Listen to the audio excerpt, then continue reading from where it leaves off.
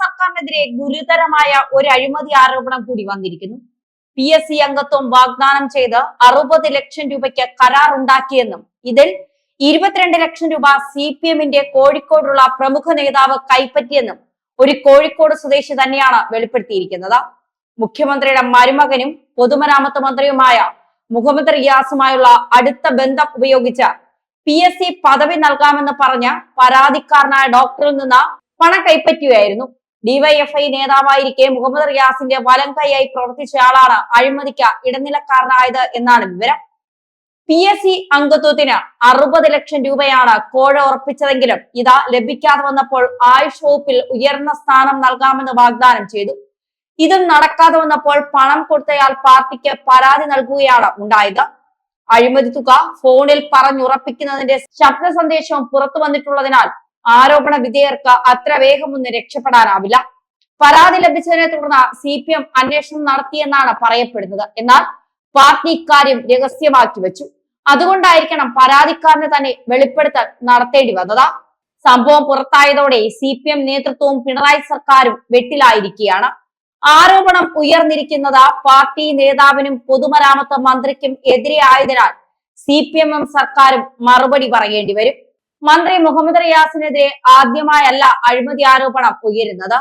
മദ്യനയത്തിൽ മാറ്റം വരുത്താമെന്ന് പറഞ്ഞ ടൂറിസം മന്ത്രി കൂടിയായ റിയാസിന്റെ നിർദ്ദേശപ്രകാരം ബാർ ഉടമകളിൽ നിന്ന് പണം പിരിക്കാൻ തീരുമാനിച്ചു എന്ന വിവരം വലിയ വിവാദമായിട്ട് അധിക നാളായില്ല. എക്സൈസ് വകുപ്പിനെ അറിയാതെ ടൂറിസം സെക്രട്ടറിയെ കൊണ്ട് ചില ബാർ ഉടമകളെയും പങ്കെടുപ്പിച്ച് യോഗം വിളിപ്പിച്ചത് മന്ത്രി റിയാസ് ആണെന്ന വിവരങ്ങളും പുറത്തു വന്നിരുന്നു. നിശ്ചിത തുക വീതം നൽകിയില്ല എങ്കിൽ സർക്കാരിൽ നിന്ന് കാര്യങ്ങൾ നേടിയെടുക്കാനാവില്ല എന്ന് ഒരു ബാർ ഉടമ തന്നെ പറഞ്ഞത് മന്ത്രിയെയും സർക്കാരിനെയും പ്രതിക്കൂട്ടിലാക്കി. യോഗം നടന്ന സ്ഥലവും തീയതിയും, ആരാണ് യോഗം വിളിച്ചു കൂട്ടിയതെന്നും ആരെല്ലാമാണ് പങ്കെടുത്തത് എന്നതടക്കമുള്ള വിവരങ്ങൾ വെളിപ്പെടുത്തിയിട്ടും തനിക്കതുമായി യാതൊരു ബന്ധവുമില്ലെന്ന് പറഞ്ഞൊഴിയുകയാണ് മന്ത്രി റിയാസ് ചെയ്തത്. ആരോപണങ്ങളെ പ്രതിരോധിക്കാൻ ശ്രമിച്ച മന്ത്രിക്ക് പലതവണ മാറ്റി പറയേണ്ടി വന്നു. അഴിമതി മൂടിവെക്കേണ്ടത് ആവശ്യമായതിനാൽ ബാർ ഉടമകളും പ്രതിപക്ഷവും സർക്കാരിനൊപ്പം നിന്നു. പൊതുമരാമത്ത് വകുപ്പിലെ പല നിർമ്മാണ പ്രവർത്തനങ്ങളുടെ പേരിലും മന്ത്രി റിയാസിന് നേർക്ക് അഴിമതി ആരോപണങ്ങൾ വന്നിട്ടുണ്ട്.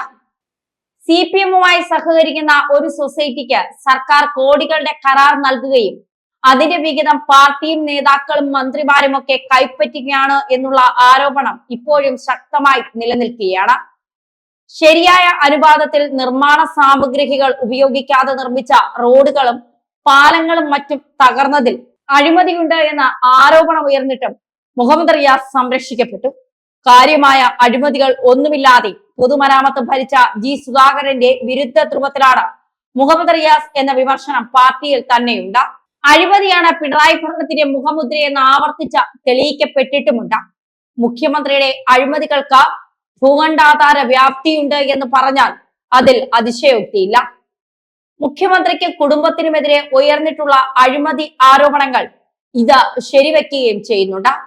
ഈ അഴിമതി സാമ്രാജ്യത്തെ നിയന്ത്രിക്കാനാണ് മുഖ്യമന്ത്രി ഇടയ്ക്കിടെ നടത്തുന്ന വിദേശ യാത്രകൾ എന്ന് പോലും സംശയം ഉയർന്നിട്ടുണ്ട്.